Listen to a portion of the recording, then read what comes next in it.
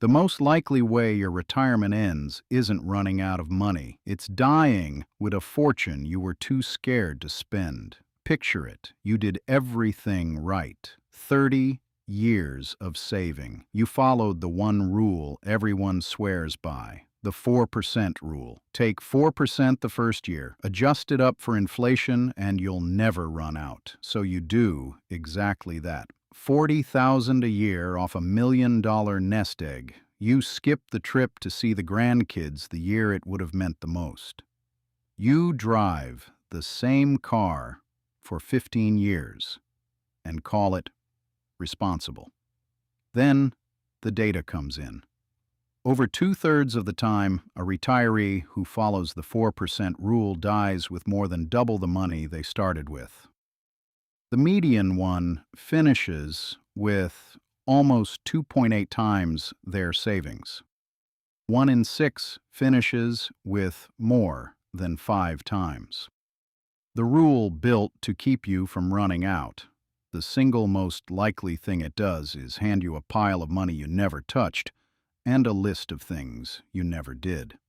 That happens because of where this rule came from. It was reverse engineered from the worst retirement in modern American history, somebody who retired in 1968, into a savage market and 10 years of inflation. 4% is the number that kept that person afloat. It is not a budget. It's a lifeboat, rated for the one storm in 100. And you've been treating it like the forecast for an ordinary Tuesday. So, if you're between 60 and 73 with more than $300,000 in retirement accounts, and you've held your spending to 4% because it felt safe, this is the video that changes that number. Here's what's coming. The number Bengen, the man who invented the 4% rule, buried in his own research for 30 years, and finally said out loud last year, why your healthy years are worth more than your wealthy ones. A real couple, Tom and Linda, and the $250,000 gap between their 2 retirements from the exact same start. And the one catch that explains why the answer is not simply spend more. Because here's the paradox. The math says most retirees could safely have spent 30, 50, even 70% more than they did, and still not run out. So why does almost every retiree do the opposite and tighten the belt? That's where the lie lives. Let's go find it. In 1994, a financial planner named William Bengen ran the numbers on every 30-year retirement window in modern history, hunting for one thing: the highest withdrawal rate that survived even the worst starting year on record. The answer came back at 4.15%. The industry rounded it to 4, slapped rule on the end, and it's been gospel ever since. But sit with what that number is. It's the survival rate for the single unluckiest retiree who ever lived. Engineers don't build a lifeboat for a calm harbor. They build it for the 100-year storm. That's the 4% rule. And here's what retirees do with a lifeboat built for a hurricane. They climb into it on a flat, sunny day, and they refuse, for the rest of their lives, to ever climb back out. Walters watched the industry quote that number for 30 years without explaining that part. There's a reason it doesn't make the brochure. A scared client who underspends is a client whose account keeps growing.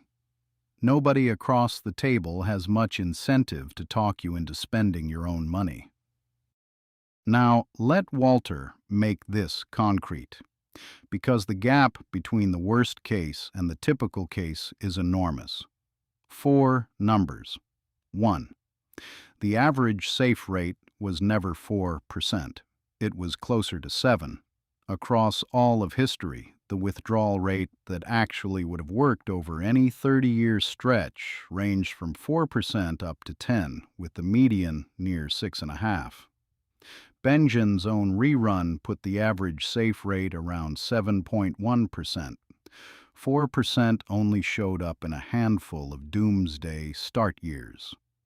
On $1 million, 4% versus 6.5 is 40,000 a year versus 65. $25,000 a year of spending you were safe to do and were told not to. 2. The man who wrote the rule already raised it. Last year, Bengen published a new book and a new number. He now calls the worst-case safe rate 4.7%, not 4. On $1 million, 47,000 a year instead of 40. And he was blunt about why. Too many retirees, in his words, are simply too reluctant to spend down their savings. He's said many could reasonably take 5.25% to 5.5%. Stay with that. The author of the 4% rule is telling you 4% is too low, not a critic. The inventor. 3. The most likely outcome of the rule is a giant unspent estate.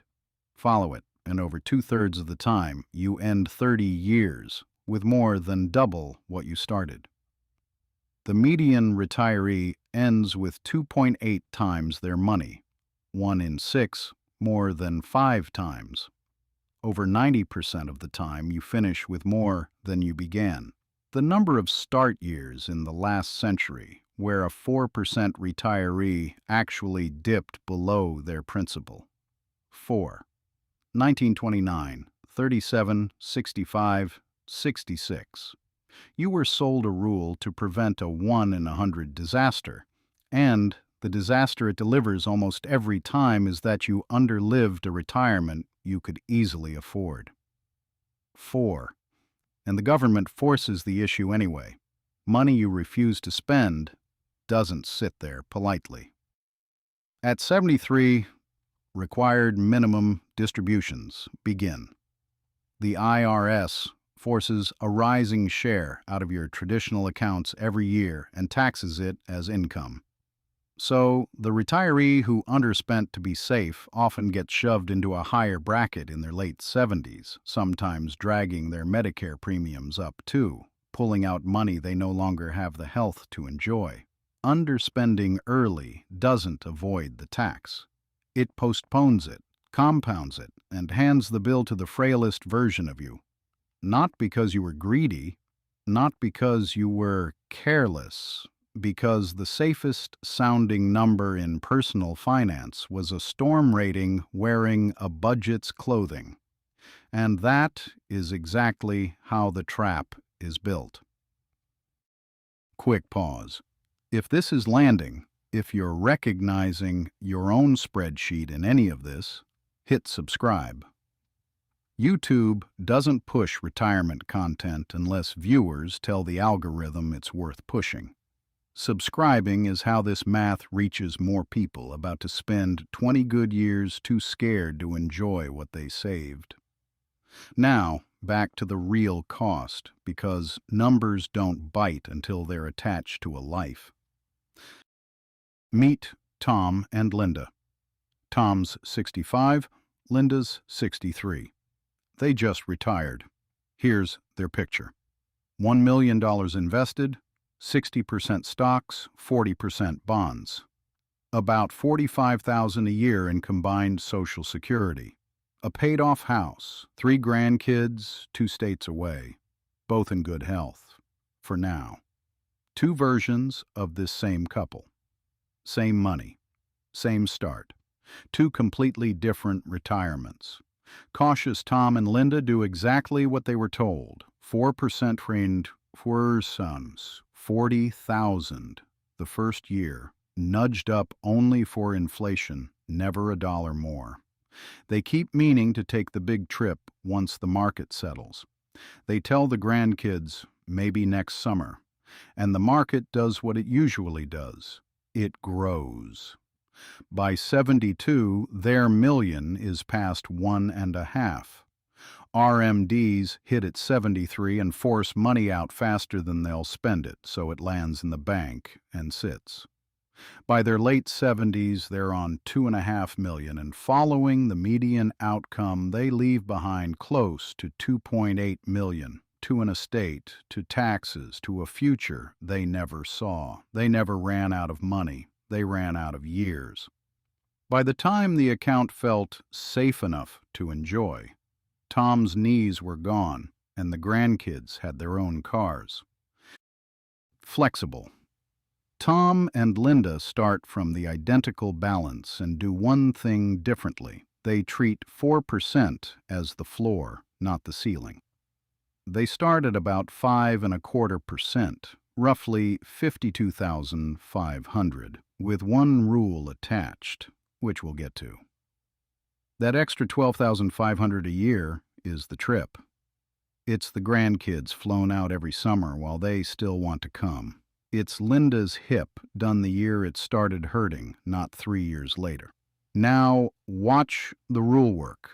Say a bear market hits in year 3, down 25%. Sequence, risk, live. They don't panic and they don't ignore it. They trim that year's spending about 10% to roughly $47,000 can come. Hold it 2 years until the portfolio recovers. Then step back up. That single move is the whole difference between reckless and flexible. And the kicker, because the median outcome still leaves multiples of the start.